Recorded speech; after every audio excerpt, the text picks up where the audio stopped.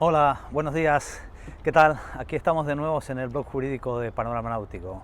Como veis, estoy un poco lesionado, pero bueno, Eric me ha sacado de la cama porque dice que no puede ser y que la audiencia está queriendo que hagamos otro blog. Y bueno, aquí estoy y lo haremos. Con este brazo así creo que no podré manejar más el winch, o sea que bueno, tendré que hacer en el barco, que aquí estamos, más funciones de capitán que nunca, ¿no? Poco esfuerzo físico.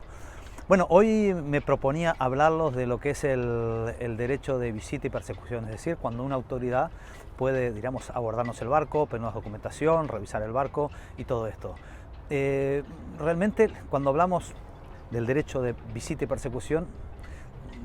siendo estrictos nos referiríamos cuando esto pasa en aguas internacionales, ya que cuando se produce digamos, una intervención de una fuerza pública en el mar territorial,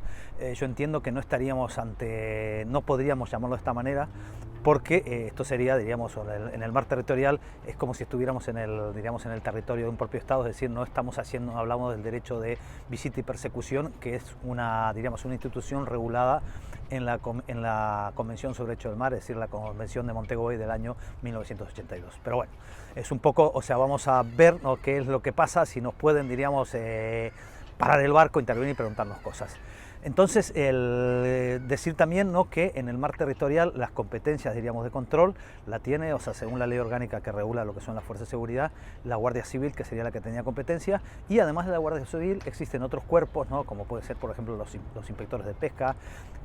vigilancia aduanera, ¿no?, que también están investidos como autoridad pública y también pueden intervenir y pueden revisar o parar barcos para comprobar que se está cumpliendo la legalidad vigente en el mar territorial español, ¿no? Que esto sería, aquí lo que prevé, diríamos, toda lo que es la normativa, es que el mar territorial se deben hacer cumplir lo que se llaman las leyes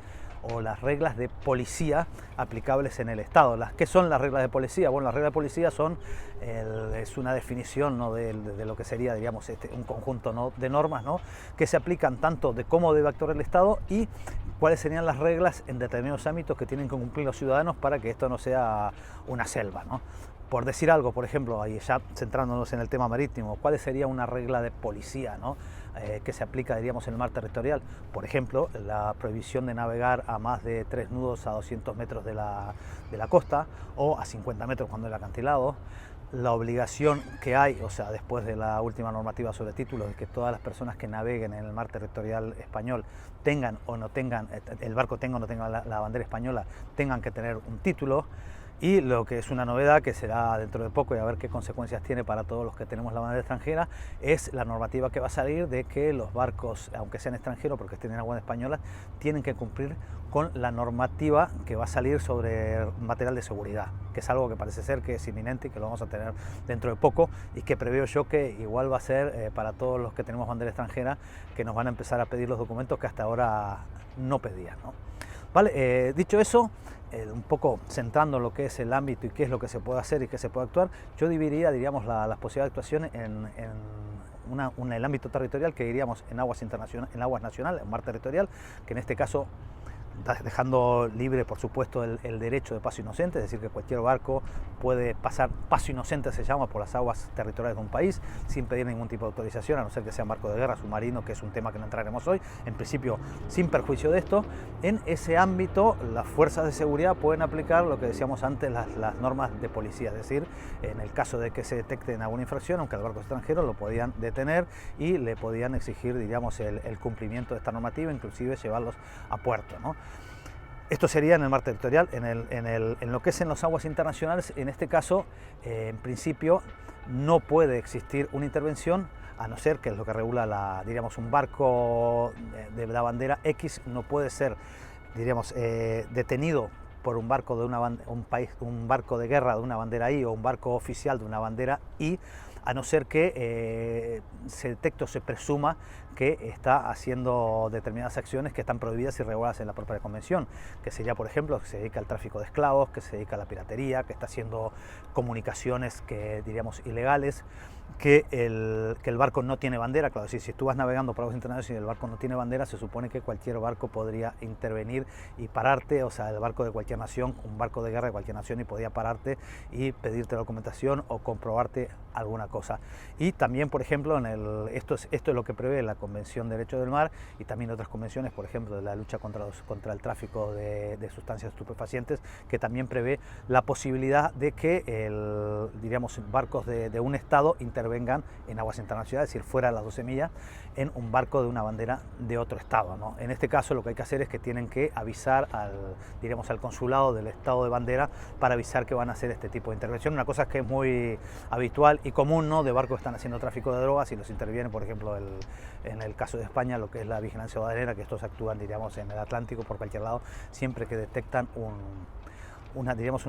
actuación como esta. No sé, serían los dos ámbitos que hay que definir, y después el tema de la bandera, es decir, que sería materialmente un barco con una bandera, es decir, un barco, por decir, con bandera española, puede ser, diríamos, revisado o pedido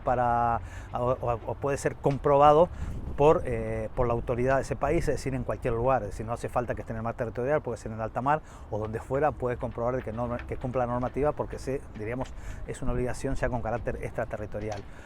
Y en el caso de barcos bandera extranjera, lo que decíamos, ¿no?, en el caso de que estén navegando por aguas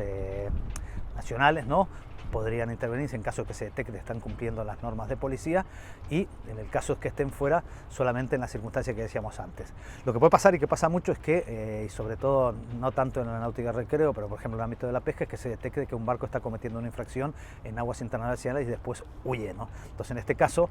si es un barco, digamos,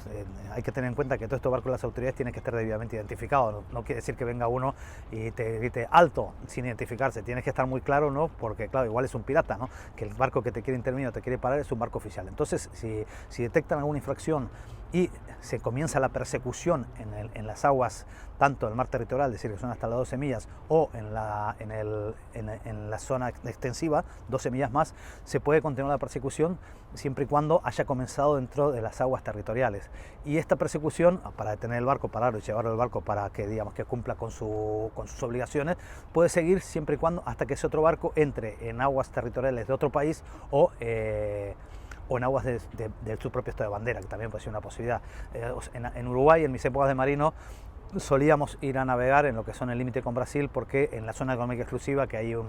digamos, el tema de pesca está restringido y solamente pueden hacer barcos uruguayos con autorización, y había muchos barcos brasileños que iban a pescar. Bueno, y ahí yo he tenido la experiencia, hace poco lo voy leyendo también, que todavía sigue pasando, claro, que los barcos brasileños van digamos, a pescar a aguas uruguayas,